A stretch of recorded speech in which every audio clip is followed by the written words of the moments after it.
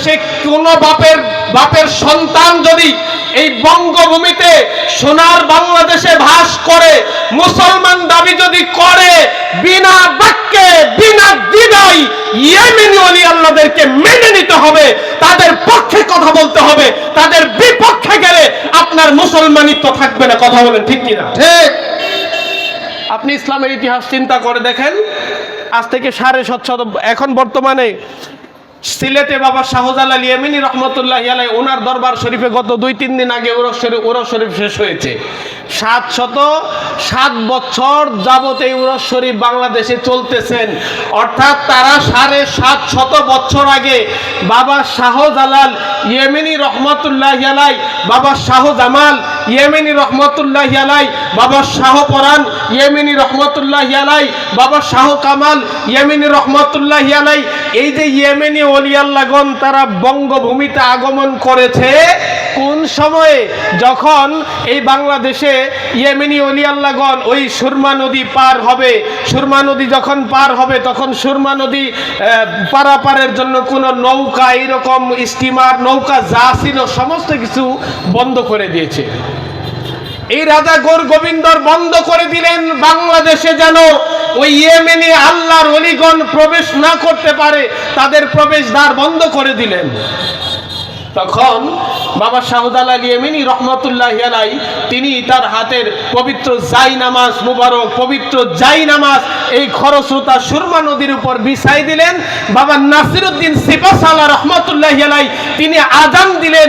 এই ছোট্ট একটা জাই নামাজের উপর আরোহণ করে 360 জন আল্লাহর ওলি নামাজ আদায় করতে করতে জাই নামাজে আরোহণ করে খরস্রোতা সুরমা নদী পার হয়ে গেছে। জোরে জোরে বলেন সুবহানাল্লাহ। সুবহানাল্লাহ। তারা পার হয়ে গেছেন, এই বাংলাদেশে তারা আসলেন, তারা এই বাংলাদেশে আগমন করলেন। তারা বাংলাদেশে আগমন করে এই খানকা প্রতিষ্ঠা করলেন। কি বলেন? তারা আল্লাহর ওলিরা বাবা শাহজালাল ইয়েমেনি রহমতুল্লাহ আলাইহি, বাবা শাহজামাল ইয়েমেনি রহমতুল্লাহ আলাইহি, বাবা শাহ কামাল ইয়েমেনি রহমতুল্লাহ আলাইহি, হযরত বাবা শাহপরান ইয়েমেনি রহমতুল্লাহ আলাইহি তিনারা আগমন করে খানকা প্রতিষ্ঠা করলেন। আপনি খানকার বিরুদ্ধে কথা বলেন। আগে বাংলাদেশে মসজিদ না আগে খানকা? বলেন, হ্যাঁ জোরে বলেন, আগে বাংলাদেশে মসজিদ না খানকা? আগে যদি আপনি তৌহিদি মুসলমান হয়ে, হাফেজি কোরআন হয়ে, মৌলানা হয়ে, মুফতি হয়ে আল্লাহর ওলির বিরুদ্ধে কথা বলে আপনি যদি বলেন নামাজ তো আমরাই বাংলাতে চালু করছি, ওলি আল্লাহর দরকার নাই, তাইলে বাবারে আপনার বিসমিল্লাতেই গলত, বিসমিল্লাতেই গলত। কারণে বাংলাদেশে আগে খানকা থেকে খানকা প্রতিষ্ঠা করেছে আল্লাহর ওলিগণ। আগে বাবা শাহজালাল ইয়েমেনি রহমতুল্লাহ আলাইহি এই বঙ্গভূমিতে খানকা প্রতিষ্ঠা করেছেন। আগে বাবা শাহজামাল ইয়েমেনি রহমতুল্লাহ আলাইহি এই বঙ্গভূমিতে খানকা প্রতিষ্ঠা করেছেন। তারা এই খানকাতে বসে মুরাকাবা করে, মুশাহাদা করে তারা আস্তে আস্তে এই খানকা থেকে নামাজের আলো, কুরআনের আলো, ইসলামের আলো মানুষের কাছে পৌঁছাই দিয়েছেন।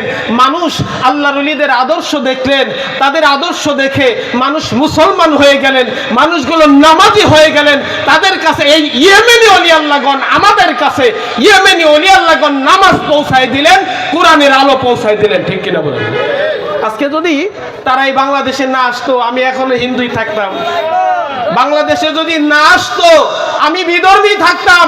এই বঙ্গভূমিতে ইসলামের একমাত্র অবদান আল্লাহর ওলিদের। তাদেরকে যারা অস্বীকার করবেন, তারা কখনো মুসলমান হইতে পারবেন না,